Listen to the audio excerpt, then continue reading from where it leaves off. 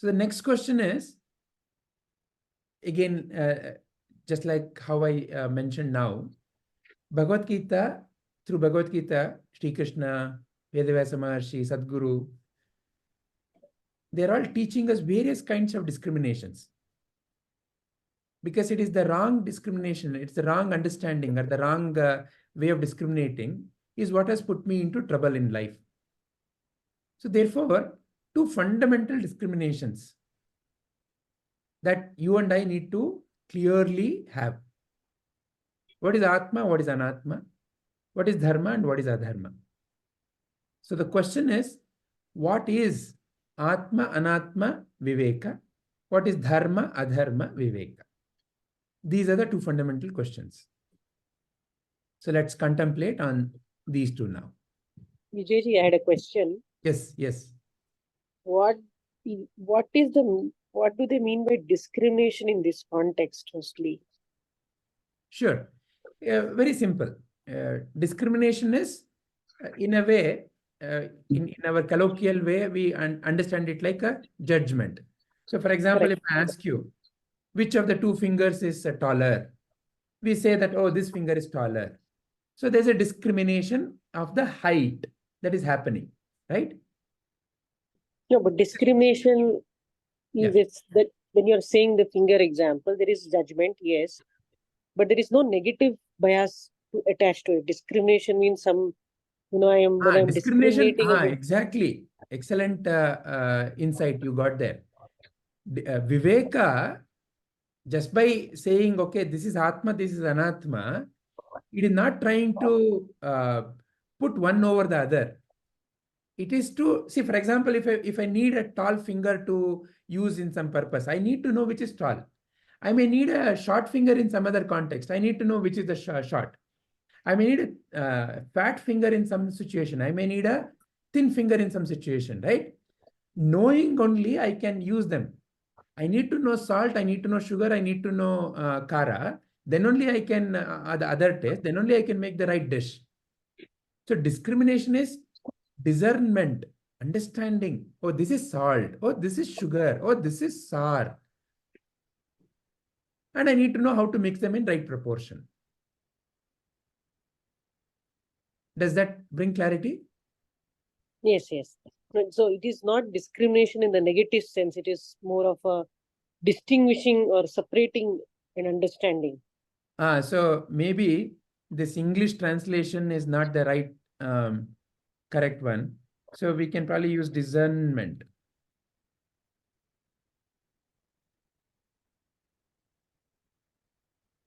Or is there any other simpler word? So which helps us to distinguish. Distinguish, yeah. That is what I mean. Distinguish.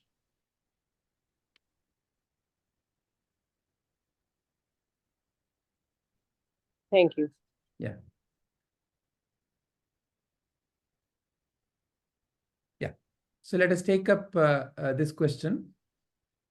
What is the Atma-Anatma Viveka and Dharma-Adharma Viveka? Who would like to begin? ನಾನು ಹೇಳ sir. ಖಂಡಿತಮ್ಮ. ಇಲ್ಲಿ ಆತ್ಮ ಅಂದ್ರೆ ಏನು, ಅನಾತ್ಮ ಅಂದ್ರೆ ಯಾವುದು, ಮತ್ತು ವಿವೇಕ ಅಂದ್ರೆ ಏನು ಅಂತ. ಆತ್ಮ ಅಂದ್ರೆ ನಿಜವಾದ ನಾನು. ಅಂದ್ರೆ ಇಲ್ಲಿ ಆತ್ಮ ಯಾವಾಗ್ಲೂ ನಿಜವಾಗಿರುತ್ತೆ ಅಥವಾ ಸತ್ಯವಾಗಿರುತ್ತೆ, ಮತ್ತು ಅದು ಎಲ್ಲ ಕಾಲಕ್ಕೂ ಎಲ್ಲ ದೇಶಕ್ಕೂ ಮತ್ತು ಎಲ್ಲ ಯಾವುದೇ ಸಂದರ್ಭಕ್ಕೂ ಅದು ನಿಜವಾಗಿನೇ ಇರುತ್ತೆ, ಮತ್ತು ಅದು ನಾಶವಾಗುವುದಿಲ್ಲ, ಮತ್ತು ಅದರಲ್ಲಿ ಯಾವುದೇ ಬದಲಾವಣೆ ಕೂಡ ಇರುವುದಿಲ್ಲ. ಹೀಗೆ ಯಾವ ಕಾಲಕ್ಕೂ ಯಾವ ದೇಶಕ್ಕೂ ಎಲ್ಲ ಸ್ಥಳಗಳಲ್ಲಿಯೂ ಕೂಡ ಅದು ಶಾಶ್ವತವಾಗಿರುತ್ತೆ ಮತ್ತು ಸತ್ಯವಾಗಿರುತ್ತೆ, ಹಾಗೂ ಅದರಲ್ಲಿ ಯಾವುದೇ ಬದಲಾವಣೆ ಆಗದೆ ಇರುವುದೇ ಆತ್ಮ ಅಂತ.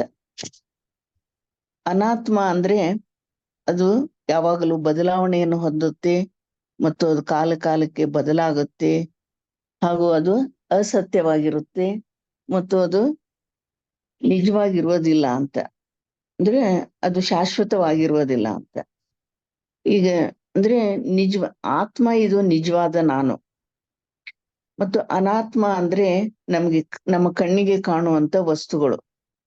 ಆದ್ರೆ ಅದನ್ನು ನೋಡುತ್ತಿರುವುದು ಈ ದೇಹ, ಆದ್ರೆ ಅದನ್ನು ಅನುಭವಿಸುವುದು ಮಾತ್ರ ಆತ್ಮ ಅಂತೆ. ಹೀಗೆ ನೋಡುತ್ತಿರುವಂತ ಈ ಪ್ರಪಂಚ, ನಾವು ನೋಡುತ್ತಿರುವಂತ ಪ್ರಪಂಚ ಇದು ಒಂದು ದೃಶ್ಯ. ಮತ್ತು ದೇಹ ಕೂಡ ಆತ್ಮ ಅಲ್ಲ, ಈ ದೇಹ ಕೂಡ ಒಂದು ವಸ್ತುವೇ. ಏಕೆಂದ್ರೆ ಇದಕ್ಕೂ ಬದಲಾವಣೆ ಇರುತ್ತೆ ನಮ್ಮ ದೇಹದಲ್ಲಿ. ದೇಹಕ್ಕೆ ನೋವಾಗುತ್ತೆ, ಸಂತೋಷವಾಗುತ್ತೆ, ತೊಂದರೆ ಆಗುತ್ತೆ. ಮತ್ತು ಈ ಎಲ್ಲ ವಿಚಾರಗಳು ನಮ್ಮ ಮನಸ್ಸಿಗೆ ಬರುತ್ತವೆ, ನೋವಾದಾಗ, ಸಂತೋಷವಾದಾಗ ಮತ್ತು ತೊಂದರೆ ಆದಾಗ. ಆದರೆ ಅದನ್ನ ಅರಿಯುವುದು ಮಾತ್ರ ಆತ್ಮ ಅಂತೆ. ಆದ್ರೆ ದೇಹಕ್ಕೆ ಬದಲಾವಣೆ ಆಗುತ್ತೆ. ಆತ್ಮ ಇದು ಸಾಕ್ಷಿ ರೂಪದಲ್ಲಿ ಇರುತ್ತೆ, ಅದಕ್ಕೆ ಯಾವುದೇ ಬದಲಾವಣೆ ಇರುವುದಿಲ್ಲ ಅಂತ. ಅಂದ್ರೆ ಇಲ್ಲಿ ವಿವೇಕ ಅಂತಂದ್ರೆ ನಾವು ಪಡೆದ ಜ್ಞಾನವನ್ನು ಪಡೆದಾಗ ಆ ವಿವೇಕದಿಂದ ಮಾತ್ರ ನಾವು ಯಾವುದು ಆತ್ಮ ಯಾವುದು ಅನಾತ್ಮ ಅಂತ ತಿಳ್ಕೊಳ್ಬಹುದು.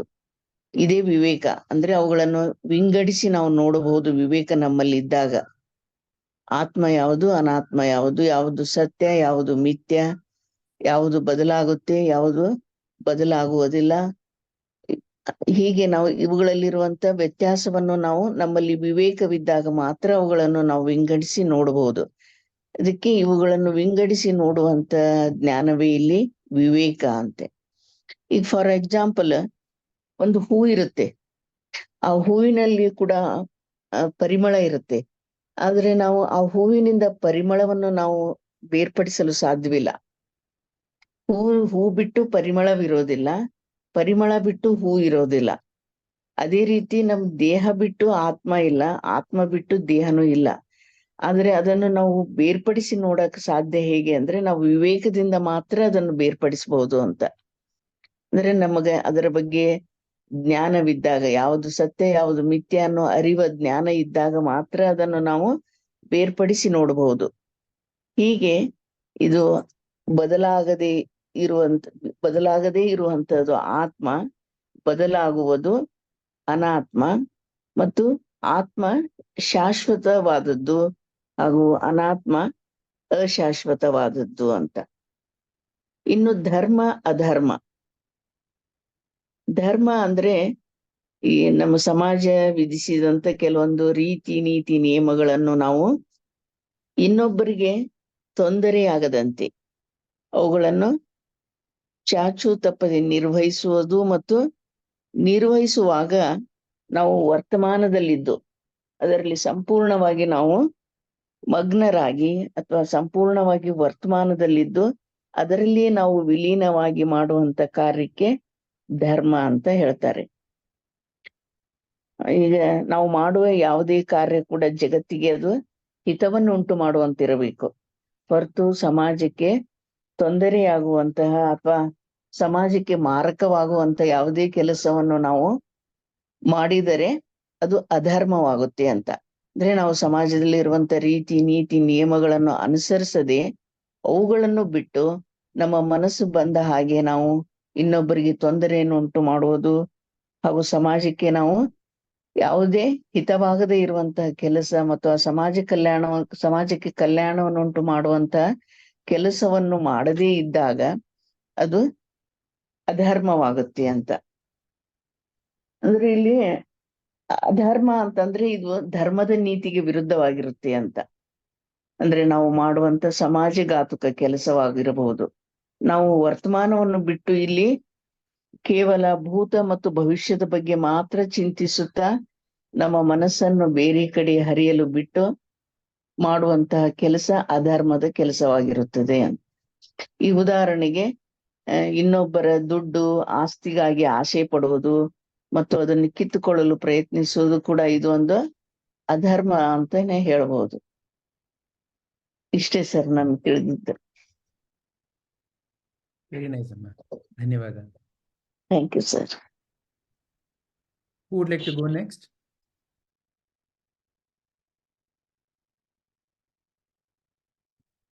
Krishna ji, would you like to? Yeah. I also had same interpretation. So that Atma is Krishnaji, can you please come closer to the mic? how about Much better. okay. So Atma is the true self and like Brahman, which is truth across everywhere and across all, and which is common among all beings.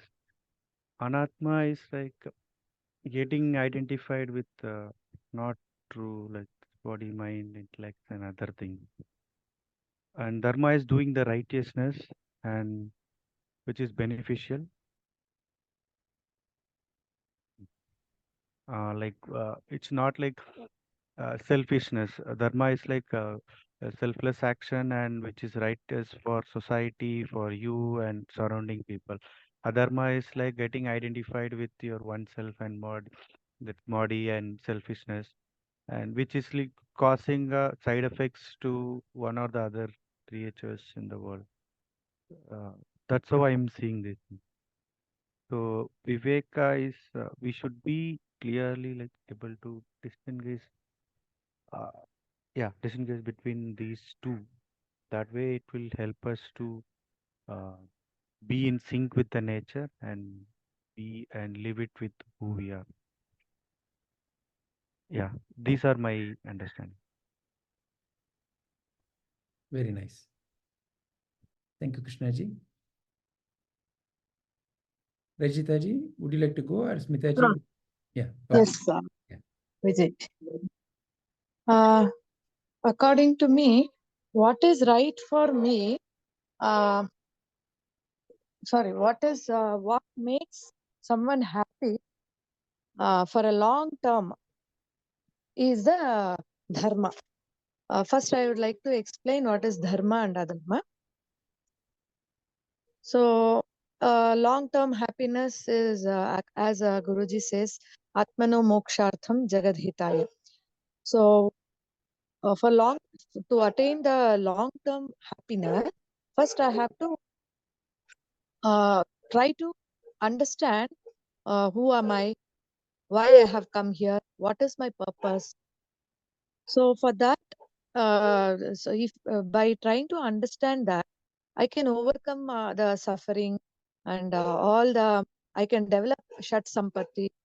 So that is by understanding the higher truths, we can distinguish between what is dharma and adharma. For example, when 6 kids are there at home, so if the elder kid, for the elder kid, if I don't give the food properly, and for the younger kid, if I feed him more than the other, then all the others will tell me that, Mama, you are doing adharma, you are not right. I don't like this. How the kids will come to know? Because those are the universal truths. So giving equally to all the distributing the food equally is dharma according to them. So in the same way, we have some universal truths like yama, niyama. In Patanjali Ashtanga Yoga, the Maharshis and all the evolved souls, they have described what is good for our evolution. So when you follow that, you can attain peace of mind and overcome the suffering and reach our highest goals, like attain the samadhi state or becoming one with the Paramatma or Sarvam Khalvidam Brahma, like seeing everything in the society as Brahman. So now when you go to the second point, that is Atma-Anatma, by following our dharma, I will be having the Shat Sampatti. I can develop Shat Sampatti. And then when those qualities, Shama, Dhamma, Titiksha, Uparati, Shraddha, Samadhana, all the divine qualities, if I develop, then I will have the power of distinguishing between what is Atma and Anatma. So all, for example, this Deha, body, mind, and intellect are Anatma. And what is Atma? What is Anatma? So those kind of discrimination, if I may, then practically to live in this world will be very easy, because all the time I'm so ignorant of my own nature, so I'll be attached to this body, mind, and intellect.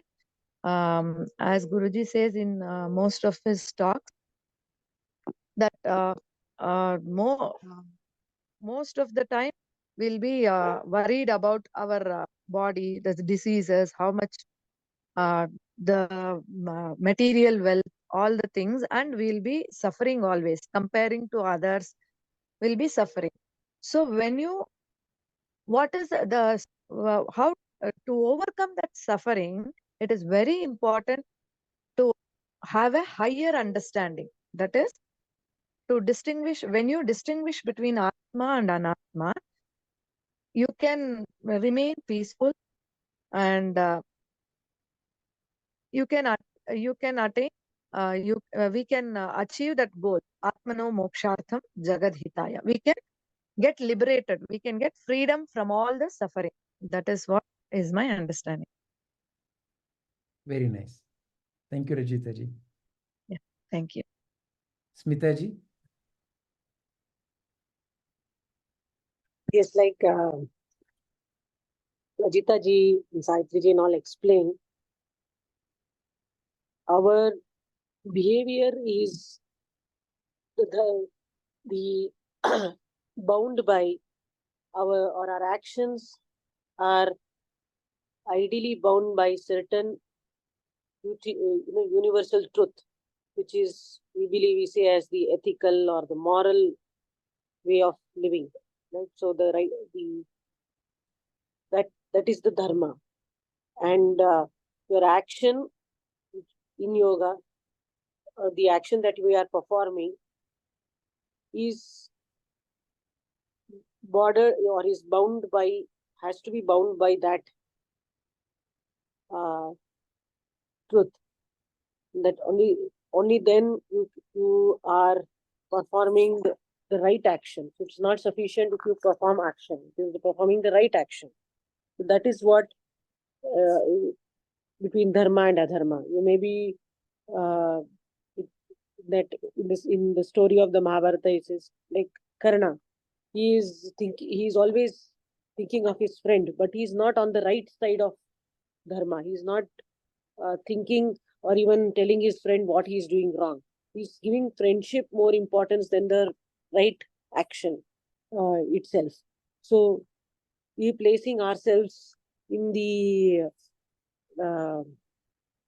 not having that clarity as to what is the right action is what that is applying the distinction or the Viveka to be able to understand the difference between the two, to say which is the right action. That is my understanding. Thank you, Smita ji. When you look at your own existence in this place called world, and when you notice, there are only two fundamental aspects. You are there, I am there. That is very clear to you. And the world is there where I am doing something. So I am there, that, I'm a being, right? That being, and then doing. Where do? I do in the world. So these are the two fundamental aspects. However, who is that? Who is there? Who is this being? When that is not clearly identified, then how am I supposed to do whatever I'm doing will also be misinformed. So when the being is not clearly identified, and what is the right way of doing is also not identified, it causes all kinds of wrong results in life. So fundamentally, therefore, who am I? Identifying that is the Atma-Anatma Viveka. How I should function in this so-called world. Because as we already saw, this world is nothing but a action-filled world. As long as I am alive in this world through this body and mind, the place I am alive, so-called world, is a world of action. And there is no escape from action. But how can I perform the action in such a way that I can be in freedom? To learn that, to be in freedom during action. It's been said in many different ways. Kayakave kailasa. Work is worship. Doing itself is freedom.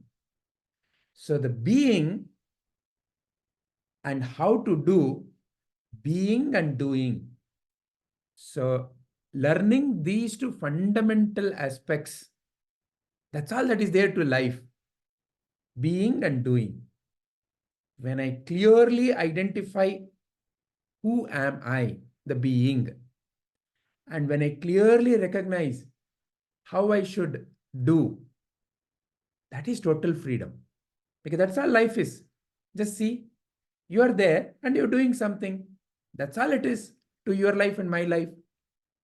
So when I am clear about who I am, when that right clarity is there, and when I do whatever I do with that right clarity and I know how to do, then I am in total freedom. Because these are the only two things that form the loop of life. So who I am, and this who I am not, by pointing at who I am not, who I am can also be recognized clearly.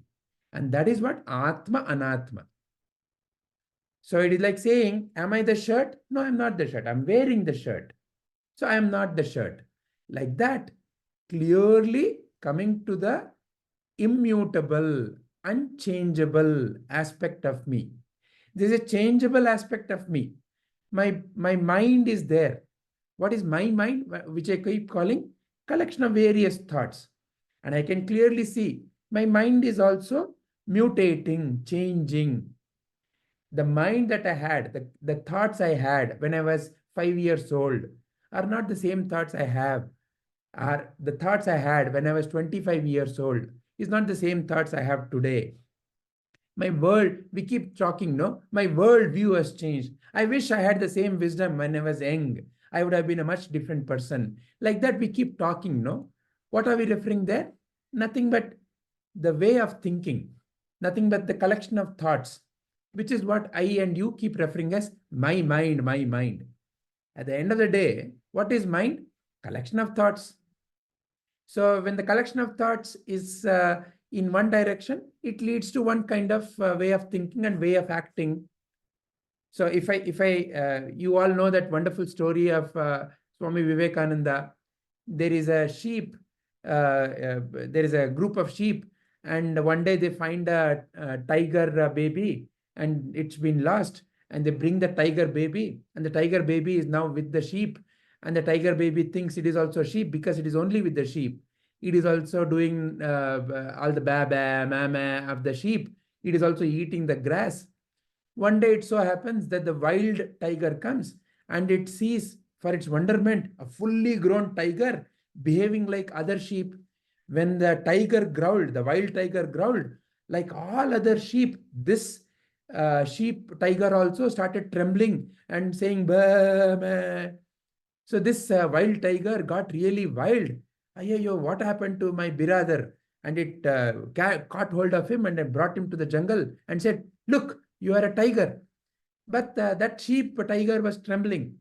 So then that tiger said, look inside this water. And it saw that water and it said, now look at me. Don't we look alike? Yeah, we look alike. So like that, slowly, the wild tiger taught the sheep tiger that you are indeed the tiger. You are not the sheep. So getting rid of the sheep nature of the sheep tiger identifying that I am not the sheep, I am actually the tiger. Like that, I am not this collection of thoughts, so-called mind.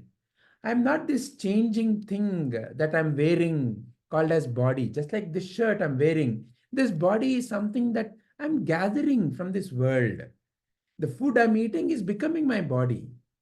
When I was born, so-called, when I was born, I had only this much of body. Now it has this become big body. How? Because of the food I'm consuming. So through reasoning, through careful observation, becoming clear that I am not the sheep, I am actually the tiger. I am not this body and mind. I am something else. See, this something else is not a thing that can be shown like, look, look, look, this is that.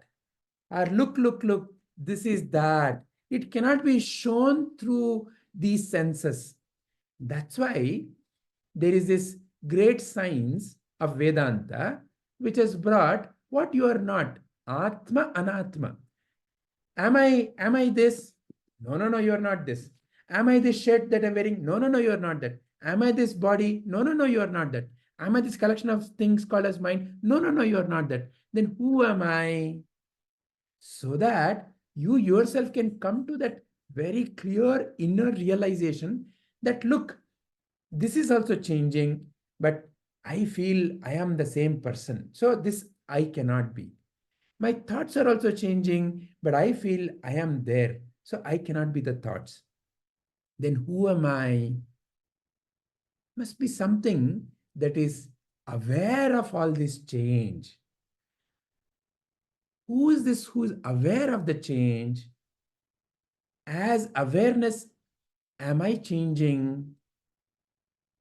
So I have to come to clearly recognize that my unchanging reality is that of as this awareness, which is also the consciousness, because I am the one who's conscious of all this change.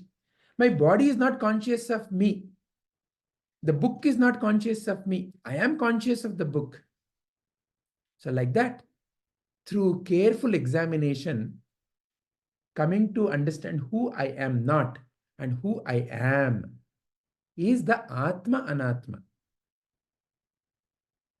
It is only to help me come to the recognition of what is the unchanging aspect of me. Then does it mean that whatever I recognize as Anatma, I am not that? Means it is something else? It belongs to somebody else? No, that also then becomes an incomplete understanding. What I recognize as Anatma is nothing but the the changing aspect of me only. Much like the dream state. In the dream, I see lots of characters. Where did all those characters come from? The dream being only. Who was dream being? You. You were the one who was dreaming. So all those characters must have come from you. It all looked very real. Much like that, this so-called world is actually not separate from you.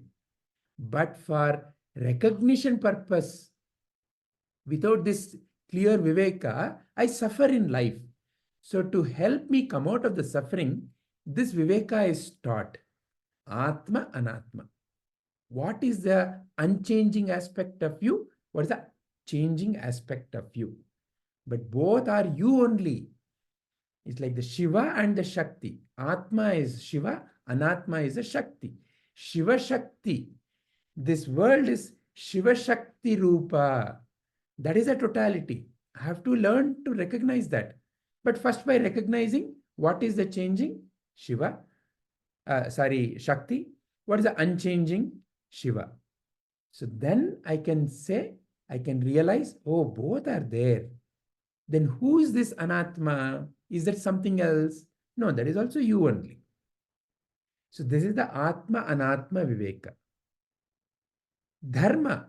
When you look at this life, when you look at this world has an intrinsic quality of change, and that quality of change is in a very wonderful, as if it's been arranged in a particular way.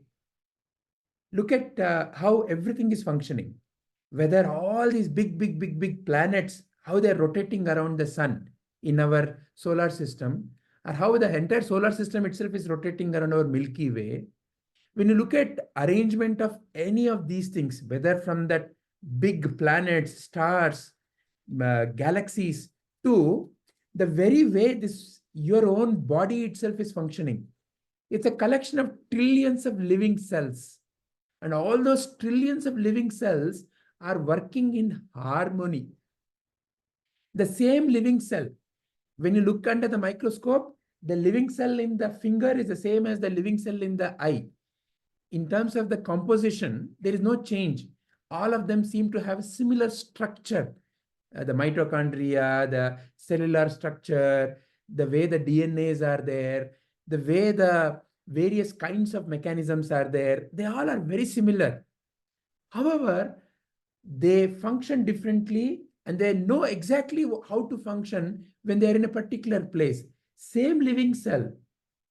Many a times, you've heard, they take the living cell of one part of the body and they graft it to another part of the body, and lo and behold, magically, it starts behaving like another part of the body.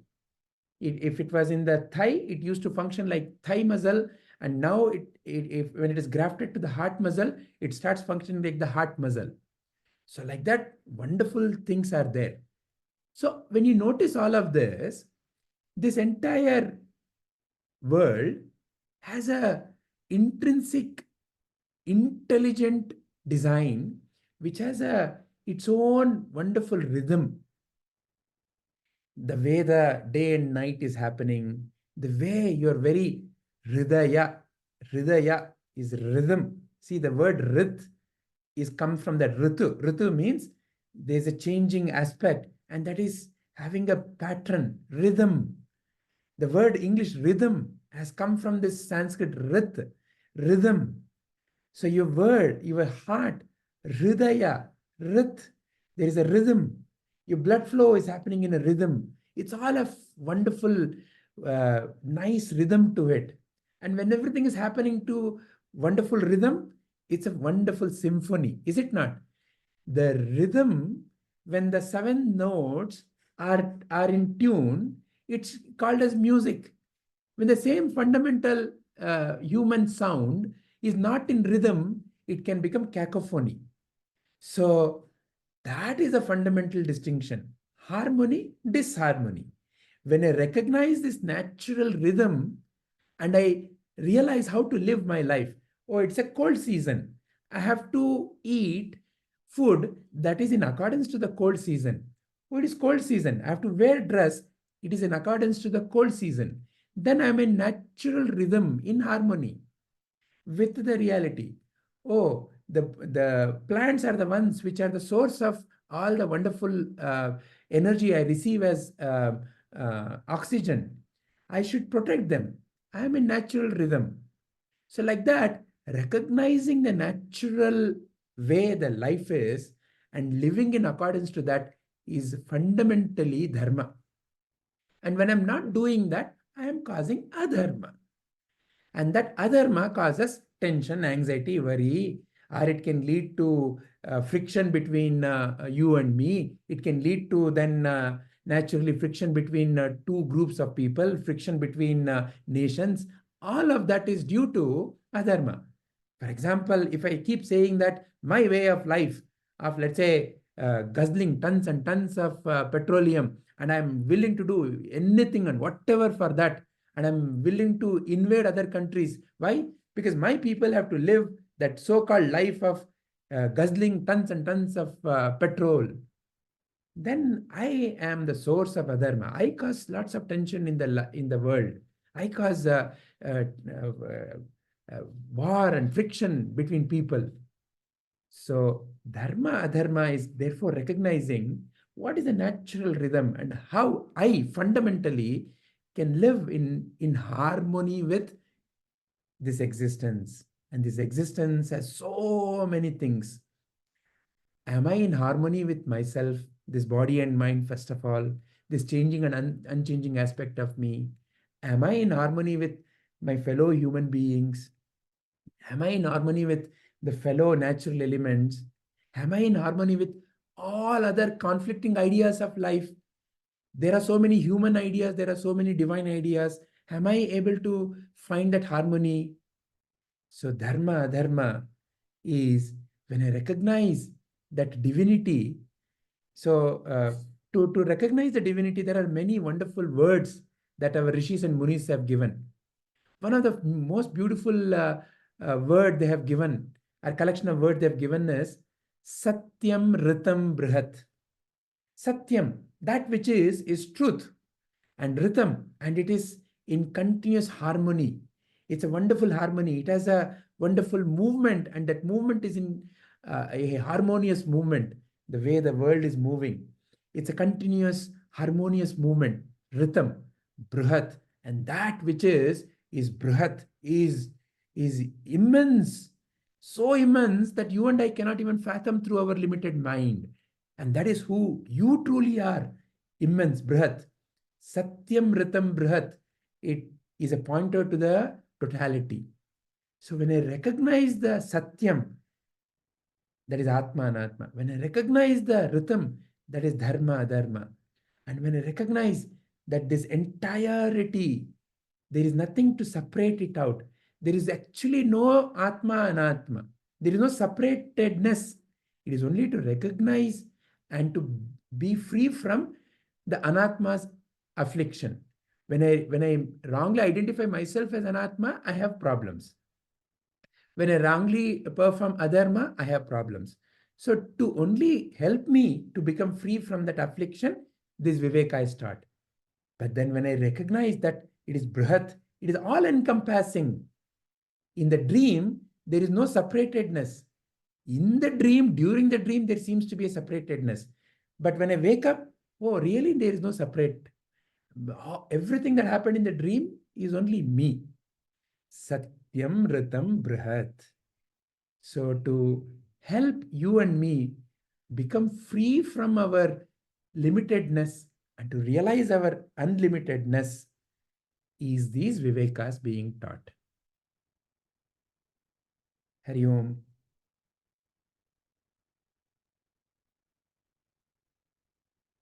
Any questions? Sir ನೀವು ಸತ್ಯಂ ಬೃಹತಂ ಬೃಹತ್ ಅಂತ ಹೇಳಿದ್ರಲ್ಲ sir, ಅದೇ ನಾವು ಸತ್ಯಂ ಶಿವಂ ಸುಂದರಂ ಅಂತ ಹೇಳ್ತೀವಲ್ಲ, ಅದು ಒಂದೇನಾ ಅಂತ. ಸೊ ಇಲ್ಲಿ ನಾನು ಉಪಯೋಗ ಮಾಡಿದ್ದಮ್ಮ ಸತ್ಯಂ ಋತಂ ಬೃಹತ್. ಸೊ ಋತಂ, that middle word ritam means harmony, some kind of a kramabaddhate, some kind of a movement. Like, see, from the ritam, the word rutu has come. Rutu means what? There's a change in season. From the same ritam, hridaya has come. From the same ritam, rhythm, the English word rhythm itself has come. Rhythm means what? There's a change, but the change is in some harmonious movement, right? So this entirety is encapsulated in this Satyam Ritam Brihat. So what is there and what is there is not something that I can see from my eyes, but everything is that only. And everything that I see and experience through my senses is the changing aspect of that which is there. What is there?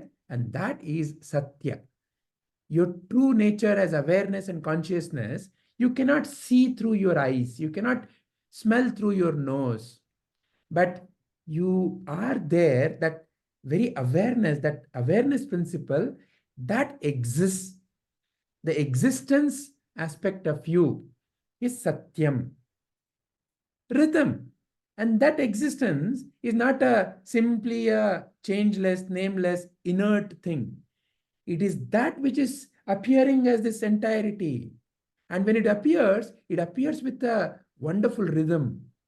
There is an intrinsic intelligence, natural intelligence, natural harmony in everything that is there. You and I, in your and I ignorance, can cause disharmony. However, by nature, this body knows how to function. You and I, as long as we are not interfering, this body is in total harmony. Look at a small child. is in total harmony. That's why the small child glows, is naturally healthy. You and I start learning the ways of the world and we become ill health, or we cause ill health. We become diseased. So realizing that is the rhythm.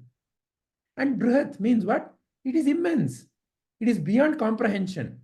So this entirety is what that is. So divine is both the zero and the infinite. And how it is becoming zero to infinite? Through this rhythm, And that is dharma. So that is what Satyam, Ritam, Brihat indicates. Now that reality is so infinite, it can be expressed in so many different ways. So Satyam, Shivam, Sundaram is also another indicator to that. That Satya is conscious Shivam. Sundaram, what a beautiful and amazing creation this is. When you look at the creation, when you look at, forget about everything else, just look at one simple tip of your finger, just notice how the lines are, how each one is so intricately connected. Look at your hair, look at your fingers. When they are standing apart, they are so different in height. But the moment you start closing, somehow magically see, they all seem to align. So like that, this world, this creation, in each aspect of it, look at a flower, how those petals are connected, a little bit of extra force, it comes out. But something seems to be holding it so beautifully well arranged. What a wonderful creation it is. In every aspect, when you say, when you talk, what a wonderful sound comes out. And how that comes out in such a niceness. And the same thing can also cause so much of harshness. This world is full of amazing things only, is it not? Sundaram. Satyam Shivam Sundaram. Atara ರಿಯಾಲಿಟಿನ ನಾವು ಬೇರೆ ಬೇರೆ ದೃಷ್ಟಿಕೋನದಲ್ಲಿ ನೋಡಿದಾಗ ಆ ನೋಡೋರಿಗೆ ಅದೇ ವಸ್ತು. ಬೆಂಕಿನ ನೋಡಿದಾಗ ಒಬ್ಬರಿಗೆ ಅಯ್ಯೋ ಸುಡುತ್ತೆ ಅಂತ ಅನ್ಸುತ್ತೆ. ಬೆಂಕಿನ ನೋಡಿದಾಗ ಒಬ್ಬರಿಗೆ ಆಹಾ ಏನು ಅದ್ಭುತ, ಏನೆಲ್ಲ ಅದರಲ್ಲಿ ರೀತಿಗಳು ಬರ್ತಾ ಇದೆ. ಇನ್ನೊಬ್ಬರಿಗೆ ಜ್ಞಾನ ಕಾಣುತ್ತೆ, ಓ ಬೆಂಕಿನಲ್ಲಿ ಏನೇ ಹಾಕಿದ್ರು ಅದು ಎಲ್ಲಾನು ಭಸ್ಮ ಮಾಡಿಬಿಡುತ್ತೆ, ಯಾವುದನ್ನು ಡಿಸ್ಕ್ರಿಮಿನೇಟ್ ಮಾಡಲ್ಲ. ಅದೇ ಬೆಂಕಿ ನೋಡೋ ದೃಷ್ಟಿನಲ್ಲಿ ಬೇರೆ ಬೇರೆಯಾಗಿ ಕಾಣುತ್ತಲ್ಲ. ಹಾಗೆ ಆ ಮಹಾನ್ ಗುರುಗಳು, ಮಹಾನ್ ಋಷಿಗಳು ಸತ್ಯಂ ಋತಂ ಬೃಹತ್ ಅಂತ ಹೇಳಿದ್ರು, ಸತ್ಯಂ ಶಿವಂ ಸುಂದರಂ ಅಂತ ಹೇಳಿದ್ರು, ಸರ್ವಂ ಕಲ್ವಿದಂ ಬ್ರಹ್ಮ ಅಂತ ಹೇಳಿದ್ರು, ಸರ್ವಂ ಬ್ರಹ್ಮ ಸರ್ವಂ ಸುಂದರಂ ಅಂತ ಹೇಳಿದ್ರು. ಹಾಗೆ ಸತ್ಯವನ್ನ ನೀವು ಯಾವ್ಯಾವ ರೀತಿನಲ್ಲಿ ಬೇಕಾದರೂ ನೀವು ಹೇಳ್ತಾ ಹೋಗ್ಬೋದು. Okay sir, thank you. Rajitaji?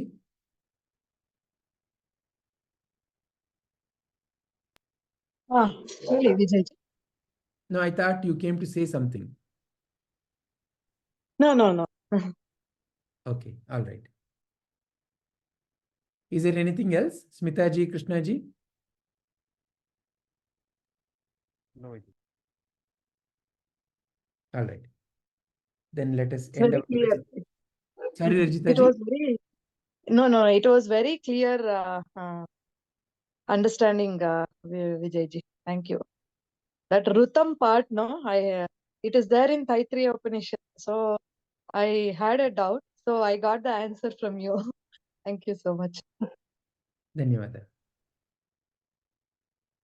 Hari Om.